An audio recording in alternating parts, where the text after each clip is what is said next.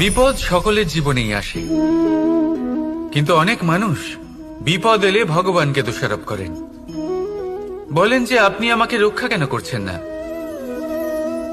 আপনার প্রতি আমার মনে অপার ভক্তি, সর্বদা আপনার জপ করি, তাও আপনি না আমাকে এই বিপদ মুক্ত হওয়ার কোনো পথ দেখাচ্ছেন, না এই বিপদ থেকে আমাকে বের করছেন। এবার এটা হলো আপনার ভাবনা, আপনার দৃষ্টিভঙ্গি। এবার আমি বলি সত্যিটা আসলে কি।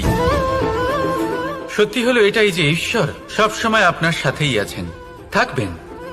দেখুন সেই বীজের দৃষ্টিভঙ্গির দ্বারা যে মাটির নিচে চাপা পড়ে আছে, তাকে পরিণত হতে হবে এক বিশাল সুন্দর বৃক্ষে। তা তখনই হবে যখন তা ভাঙবে, ভাঙবে তখনই যখন সে উত্তাপ পাবে। উত্তাপ কোত্থেকে পাবে? সূর্যের তাপ থেকে। সূর্যের তাপ থেকে ধরিত্রীও বাঁচতে পারে না, তাকে তা সহ্য করতেই হয়।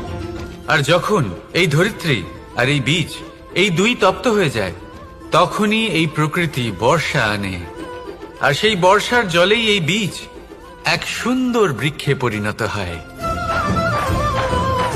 আছেন তো ঈশ্বর আমাদের সাথে সব সময়। সেইভাবেই আপনার জীবনে যদি কোনো বিপদ আসে, কোনো সংকট আসে, তার মানে এটা নয় যে আপনারই কোনো পাপের শাস্তি আপনি পাচ্ছেন। হয়তো ভবিষ্যৎ